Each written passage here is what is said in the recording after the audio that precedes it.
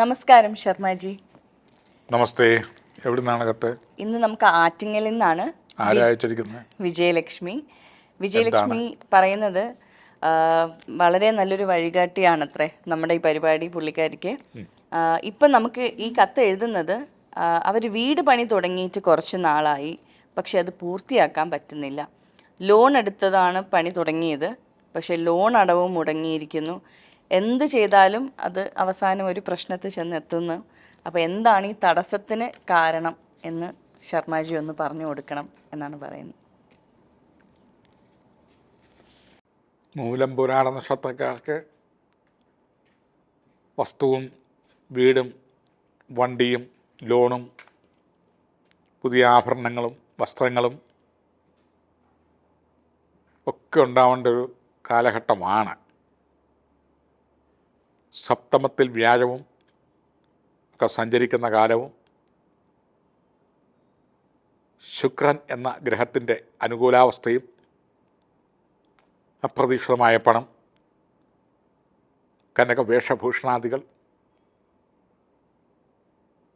വസ്തു, വീട്, വണ്ടി, കടയോ മറ്റു സ്ഥാപനങ്ങളോ വേണ്ടവർക്ക് അപ്രകാരമുള്ള കാര്യങ്ങൾ, ഒരു നിലയുള്ളവർക്ക് 2 നില പണിയാൻ, അല്ലെ വസ്തുവും ഇല്ലാത്തവർക്ക് വസ്തു വാങ്ങാൻ, അല്ലെ കുടുംബത്തിൽ പാർട്ടീഷൻ നടത്തി ഭൂമി കിട്ടാൻ ഒക്കെയുള്ള ഒരു അനുകൂലമായ സന്ദർഭം, വിദേശയാത്രയ്ക്ക് ട്രൈ ചെയ്ത് നിൽക്കുന്നവർക്ക് പോകാനുള്ള അനുവാദം, നടീനടന്മാർക്കും കലാരംഗത്ത് ഉള്ളവർക്കൊക്കെ പേരും പ്രസിദ്ധിയും പുതിയ പുതിയ അവസരങ്ങൾ വന്നു ചേരാനുള്ള ജനപിന്തുണയൊക്കെ ലഭിക്കാനുള്ള യോഗങ്ങളൊക്കെ വരുന്ന ജനറലായിട്ട് പറ്റിയ സമയമാണെങ്കിലും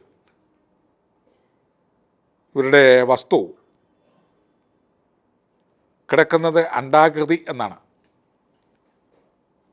അതായത് എത്രയെല്ലാം സമയങ്ങൾ അനുകൂലമാണെങ്കിലും കാലവും യോഗവും ഒക്കെ ഉണ്ടെങ്കിലും ഈ വാസ്തുശാസ്ത്രപ്രകാരം,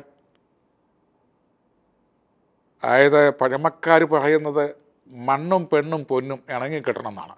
മണ്ണും പെണ്ണും പൊന്നും അത് ഇണങ്ങിക്കിട്ടിയില്ലേ വലിയ പ്രശ്നമാണെന്നുള്ളത് നമുക്ക് എല്ലാവർക്കും അറിയാം. ഇണങ്ങുക എന്ന് പറഞ്ഞാൽ ശാസ്ത്രീയമായിട്ട് വസ്തുവിനെ സംബന്ധിച്ച് പറയുകയാണെങ്കിൽ അണ്ഡാകൃതി പാടില്ല, തനിവൃത്തത്തിൽ കിടക്കുന്ന ഭൂമി പാടില്ല പുരവെക്കാനായിട്ട്, അല്ലെ ഫ്ലാറ്റ് പണിയാൻ, അല്ലെ വില്ല പണിയാൻ, അല്ലെ പുരയിടത്തിന്. മുക്കോൺ ഭൂമി പാടില്ല. അഷ്ടമകോൺ, അതായത് 8 കോൺ വരിക. ഷഷ്ടകോൺ 6 കോൺ വരുന്ന ഭൂമികൾ എടുക്കരുത്. വഴിമുട്ടിൽ കിടക്കുന്ന ഭൂമി, അതായത് 1, 2, 3 വഴികൾ വന്ന് ചേരുന്നത് ഒരു പ്രോപ്പർട്ടിയിലേക്ക്, അത് പാടില്ല. അതുപോലെ തന്നെ ഇറച്ചിവെട്ട്, മത്സ്യവ്യാപാരം, മത്സ്യബന്ധനം ഇത്യാദികൾ നടത്തുന്ന പ്രോപ്പർട്ടികൾ കഴിവതും ഉപേക്ഷിക്കുക. ശവസംസ്കാരം നടക്കുന്ന ഭൂമി കഴിവതും ഉപേക്ഷിക്കുക. മദ്യാലയം, ഷാപ്പ്, ബാൻഡിക്കട മുതലായത്, ചൂതുകളി കേന്ദ്രങ്ങൾ, മറ്റ് ലഹരി ഉൽപ്പന്നങ്ങൾ വിൽക്കുന്ന സ്ഥലങ്ങൾ, അതുകൂടാതെ തന്നെ ശിക്ഷാ കേന്ദ്രങ്ങൾ, ജയില്, അതുപോലെ തൂക്കിക്കൊല്ലുക, മറ്റേതെങ്കിലും പനിഷ്മെൻ്റ്, കുറ്റം ചെയ്തവരാണോ ഇല്ലെങ്കിലും കുറ്റകൃത്യങ്ങളിൽപ്പെട്ട മനസ്സിനൊരു എപ്പോഴും ഒരു ശാപം ഉണ്ടാവും. ആ പ്രാക്ക് ഈ മണ്ണിൽ ഏക്കുന്നാണ്, അങ്ങനെ വിശ്വസിക്കപ്പെടുന്നു.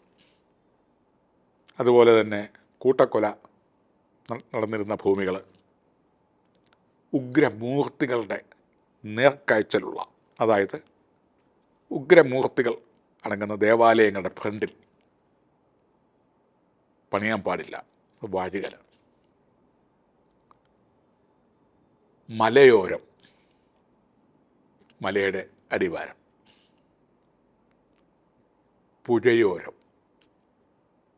പുഴയുടെ ഏറ്റവും അരികിൽ,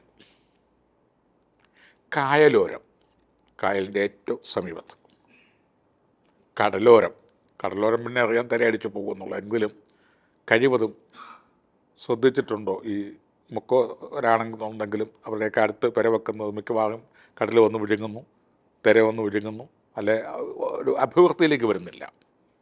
അതേസമയം അവിടെ നിന്ന് ഒരു മൈൽ കിലോമീറ്ററൊക്കെ അകലെയാണെങ്കിൽ കുഴപ്പമില്ല.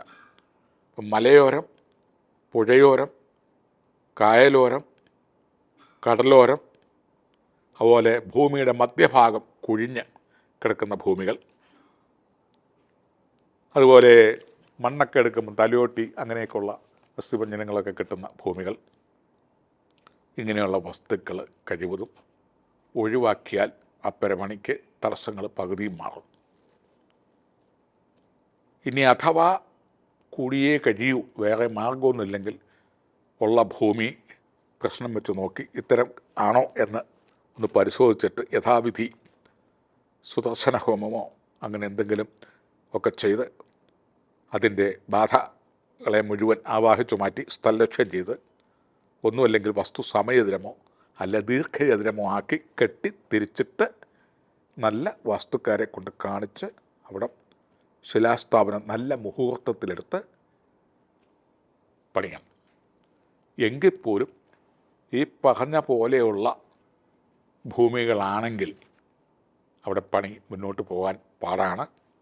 ഇനി അഥവാ ഇത് സിറ്റി പോലെയുള്ള സ്ഥലങ്ങളാണ്, ഇങ്ങനെ അമ്പലം പള്ളിയുടെ നേരെ അല്ലെങ്കിൽ ഈ പറഞ്ഞ പോലെ എല്ലാം കൂടെ നോക്കിയിട്ട് ഒരു വീട് വെക്കാൻ പറ്റുമോയെന്ന് തോന്നുന്നില്ല ശർമാജി.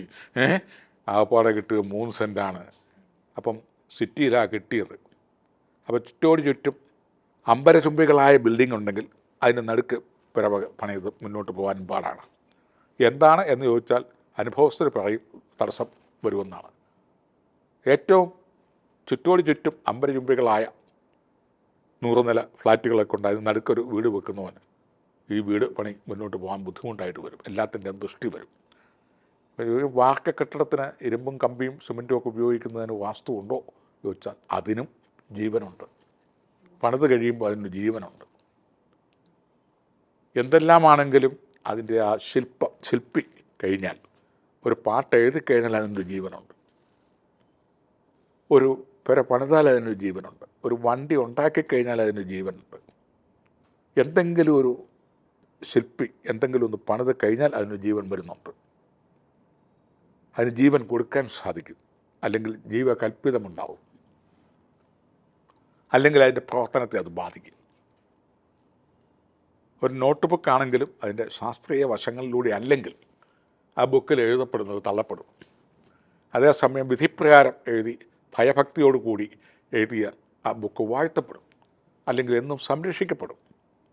ഇതൊക്കെ ശാസ്ത്രീയമായ തെളിവില്ലെങ്കിലും അനുഭവത്തിലുണ്ട്. അപ്പോൾ ഇങ്ങനെയുള്ള വസ്തുക്കൾ കഴിവതും ഒഴിവാക്കിയത് അണ്ഡാകൃതിയായതുകൊണ്ട് ഒരു പ്രശ്നവിധിയിൽ എടുത്തിട്ട് അതിനകത്തെ ദോഷവശങ്ങൾ പൂജാതി കർമ്മങ്ങൾ ചെയ്ത് ആവാഹിച്ചു മാറ്റി സ്ഥലം സമയതരത്തിലോ ദീർഘചതുരത്തിലോ ആക്കിയിട്ട് ബാക്കി പണികൾ മുന്നോട്ട് പോവുക. അങ്ങനെ പണിയൊക്കെ മുന്നോട്ട് പോയി പരവാസൂലേക്ക് ആയി കഴിയുമ്പോൾ ഞങ്ങൾക്ക് വീണ്ടും ഒരു വിവാഹത്തിലോട്ട് ഒരു കത്തെഴുതുക. താമസമിന ഈ മെയ് മാസത്തിനകമായിട്ട് ഈ പെരുപണി തീരാനുള്ള ഭാഗ്യമുണ്ട്. ഇതൊക്കെ നോക്കി ഇതിന് പോം വഴികളും ചെയ്യുക. മണ്ണും പെണ്ണും പൊന്നും തിരഞ്ഞെടുക്കുന്നത് വളരെ ശ്രദ്ധിച്ചു വേണം. അതിന് ശാസ്ത്രീയമായ പിന്തുണ വേണം. ഒന്ന് എപ്പോഴും പരിശോധിച്ചെടുക്കുന്നത് നന്നായിരിക്കും. അങ്ങനെ ഒത്തുകിട്ടിയാൽ ഏറ്റവും നല്ലതാണ് ഈ 3 കാര്യങ്ങൾ.